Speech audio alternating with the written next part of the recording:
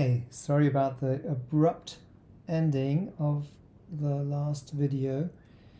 I think it took about 18 minutes. I actually ran out of memory, so I need to do a part 4 to finish off where we left off, which is questions 10 and 11.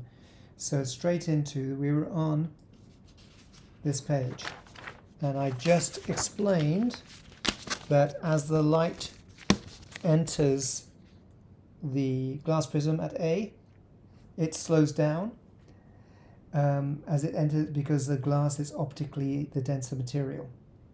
So in other words, it refracts. So as long as you get something to do with this part, you get 1 mark. And then I've put, the mark scheme is not clear on this, as long as you make 2 scientific points about refraction, you'll get the 2 marks. I put the second part, a bit more detail. It changes direction. So in other words, it bends towards the normal. That's why we draw the normal, and they want you to then explain what the normal is. So they've drawn another normal for the second boundary here between x and y. So they want you to know what that labeled line is.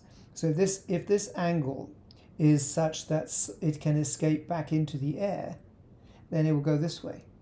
But if the angle is too great to go from the denser material back into the less dense material, which is air, it won't be able to. It will either go along the boundary or reflect.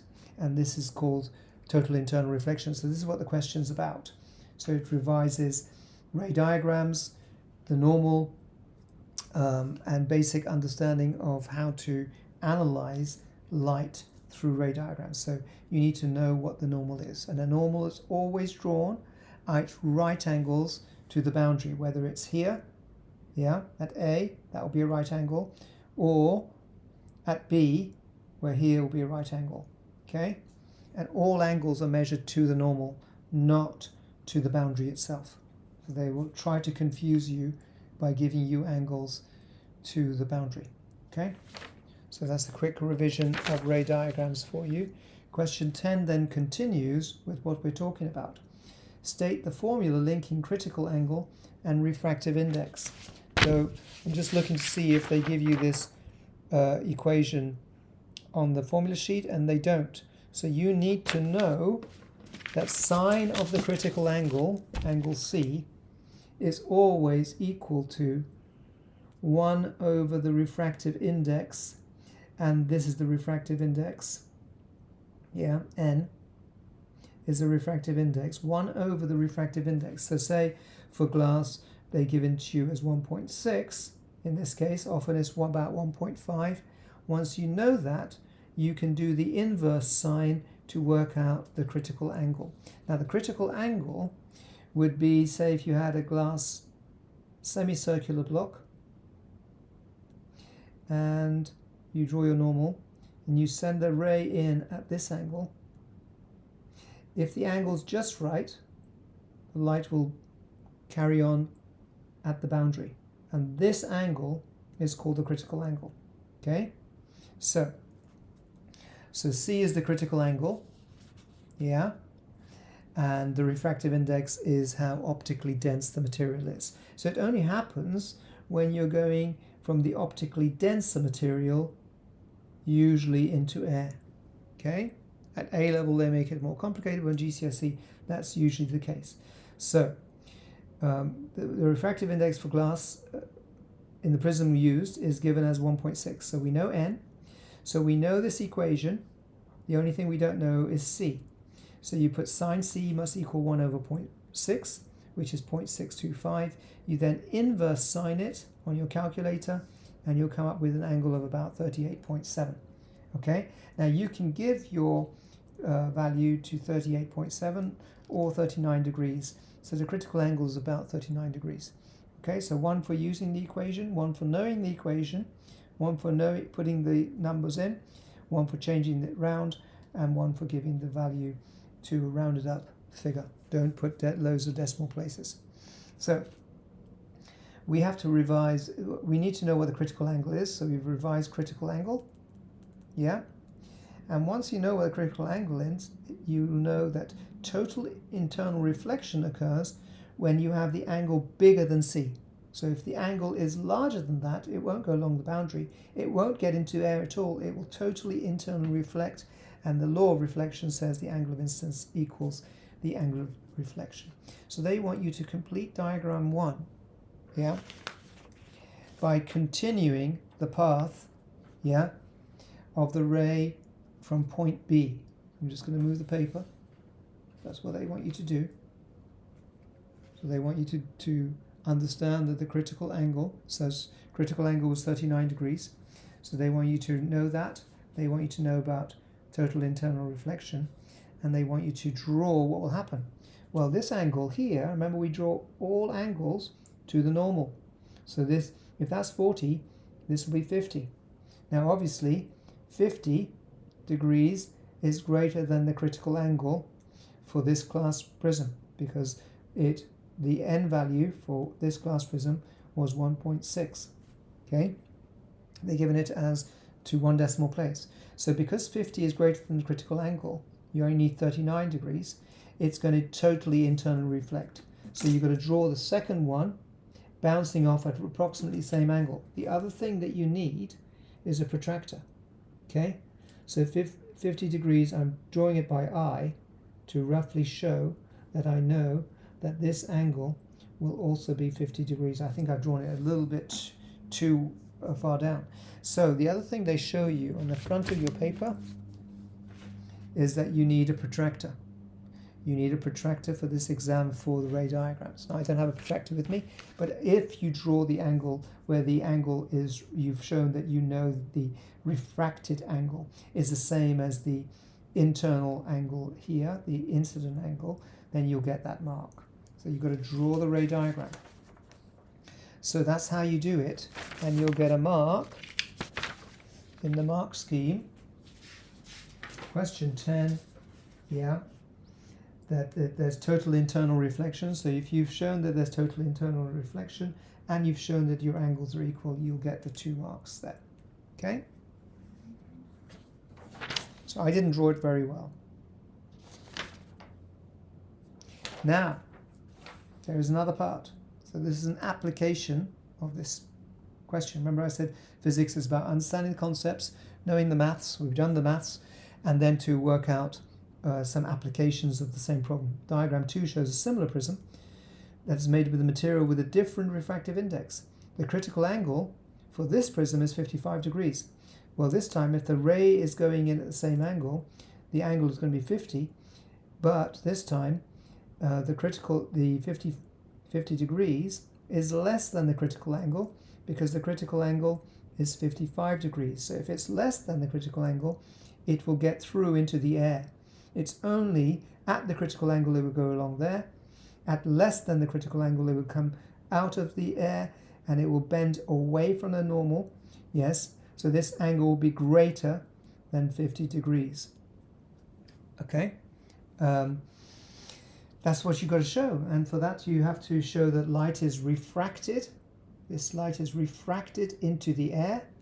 Yeah, so you'll get 1 mark for showing that it's on the correct side of the boundary, and that it's refracted, the angle gets larger. So 1 for getting the angle right, and that's how you get the 2 marks in question 10.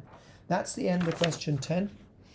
So straight, the final question is question 11, which is about half-life, radioactivity, which is topic 7.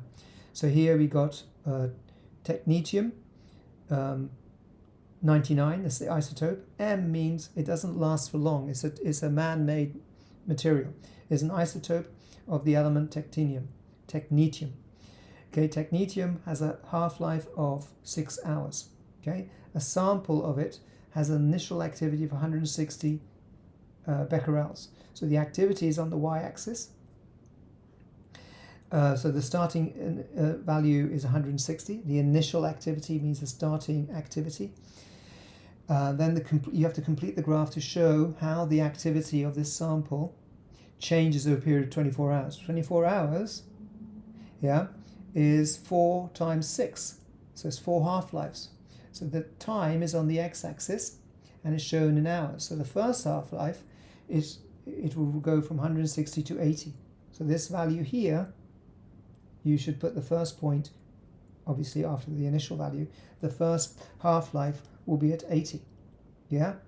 So this shows that the half-life drops, and this should be 6 hours. Okay? So I've drawn it half-life. The second half-life will be 12 hours later.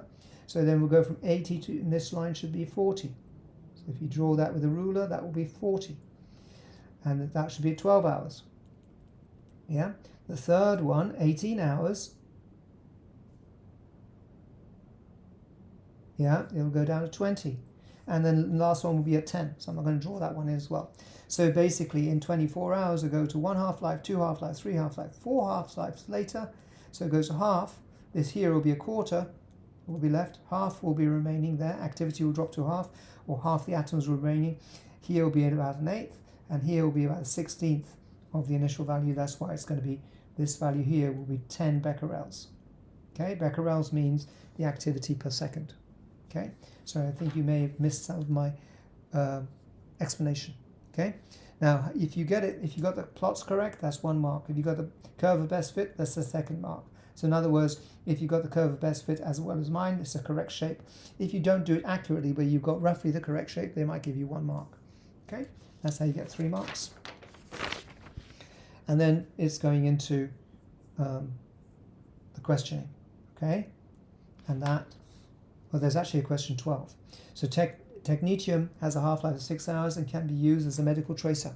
Okay, so medical tracer is when they put it into your body and they can trace where it goes using the radiation it's giving off as a way of tracing it. It's injected into the patient's blood and moves around the body. Okay, it emits gamma radiation, which is used to locate the position of the tracer in the patient's body. So the fact that it's gamma radiation, gamma is very penetrating, so it'll come out of the body, and that's how you can detect it.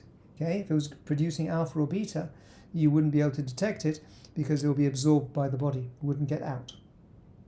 So technetium does not exist naturally, it's man-made. Okay, man-made, and it only is temporary. Technetium-90 suggests why it's usually made at the hospital where it's used. Well, it's only got a half-life of 24 hours, so if you made it somewhere else, you've got to transport it, it's going to be a problem because it will it will decay very quickly. So it decays very quickly, so you need to have it at hand when you've made it. If it's not made where you're using it, its activity will be too low by the time it's injected into the patient. So as long as you say it decays very quickly, that's what they want you to understand. Okay? Suggest why. Doesn't say explain, it says suggest why. Okay, if they said explain, you could put that in. Explain why it's an effective isotope to use as a medical tracer. If you listen to what I've said, you'll already know this. It produces gamma, which can penetrate out of the body, so it can be detected outside the body. This is the same point. And its half-life is long enough to complete the procedure, but short enough so you don't get so it falls to a safe level quickly. It doesn't stay around for that long and produce a lot of radiation which is harmful potentially to the patient. Okay, now talking about risks and harm, the radiation gamma emitted by it is potentially harmful to humans. Discuss the risks of using the technetium to doctors and to patients. To doctors and to patients, so you've got to bring that in your answer. So the risks of gamma radiation are cell damage, mutation, increased risks of cancer. As long as you put something like that, you'll get 1 mark. For patients needing treatment, rarely, hopefully only once, they only when needed, the risk is worth it. So that's the risk. You can put something like that for the patients needing it. Okay. For doctors, the risk is potentially repeated with every patient they treat. So you can something like that for the 3 marks. So if you want to add some depth to your answer, however, the patient receives higher dose than the doctor. Okay, as it's injected in their blood, whereas the doctor is getting it kind of through the patient's body, and the doctor can limit their risk by limiting their exposure to each patient in terms of it won't be for the same time. They will not be standing next to the patient and receiving all the gamma radiation. Okay, they can just move further away. So they don't have to be in the same room as the patient all the time because these machines will monitor the gamma radiation automatically. Okay. Finally, we're ready for question 12. So question 12 is about astrophysics, which is topic 8, which is the final topic. Okay, so here they got two planets orbiting the Sun, Mars and Saturn. Yes. The diagram shows that the orbital paths are circular. Draw an orbital path for a comet. So comet, they want you to know that the comet also goes around the Sun. So as long as you draw it around the Sun, you'll get 1 mark. And then you have to draw it as being elliptical, which means egg-shaped. So a comet could come in from far away, from outside, go close, and then go further away, and that is one of the focal points will be the Sun. So as long as you've drawn it going in and coming out, it's going to speed up, turn around, and go out. So this is the comet's orbit. Okay, so that you could label this as a comet. I probably didn't draw it that well. Okay, but you get the idea. They want you to know the difference between circular orbits and more elliptical orbits. No orbit is perfectly circular. Okay, the table then gives us information about the orbits of Mars and Saturn, and this is the only equation that you need for astrophysics. And I'm just looking to show you that this equation is given to you. So this is the astrophysics equation, the orbital speed. Yeah. So this is to do with astrophysics. This is the motion in astrophysics. If something is orbiting something, you know the orbital radius and you know the time it takes to go around one orbit, 2 pi r, that's equal to the circumference. Okay, so if you know the distance traveled is the circumference. So we're assuming that's a circular orbit, and t is the time taken. So capital T is the time period. Then you can work out the velocity.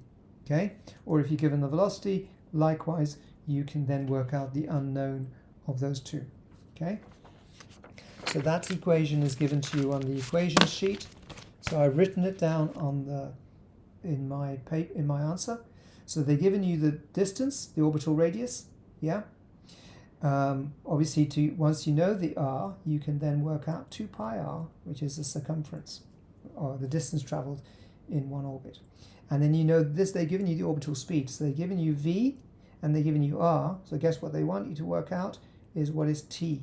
Okay, so if you're doing this as a triangle, for those of you who need, you put 2 pi r, that's the circumference, and period at the bottom. The triangle would look like that. So this is basically distance over time. Distance over time. Special distance, special time, orbits. So it says Mars completes a number of orbits in the time it takes for Saturn, which is much further away, to complete one orbit. You've got to calculate the number of orbits that Mars completes in the time it takes for Saturn to complete one orbit. So you need to work out t, change it. You change it. If you want to work out t, it's 2 pi r over v using the triangle. Okay? As long as you can change the equation round, then you put the value for Mars, 2.28 for Mars, divided by the orbital speed, 24.1, so this is v, yeah, multiply it by 2 pi, because the distance is not the orbital radius, it's 2 pi r, circumference of the circle travelled in that one year, if you like. So it takes 24.1 velocity at that rate. It takes 5.94 times 10 to the 7 seconds. You can leave it in seconds. You don't need to change it. You do exactly the same for Saturn. Yeah. So your value for Saturn orbital radius is 1.43. The 2 pi's don't make a difference, and you divide by the orbital speed for Saturn. You can see it's much slower because it's further away. Things closer in will be moving faster. So you go do the same calculation again. This time you get this value. You divide the Saturn by the Mars value of the periods. The ratio of the orbits shows you how many times Mars will go round compared to that, and give you an answer of 15.6. And that is the answer given as the final question of this paper. As long as you got the 15.6, you should probably write it here.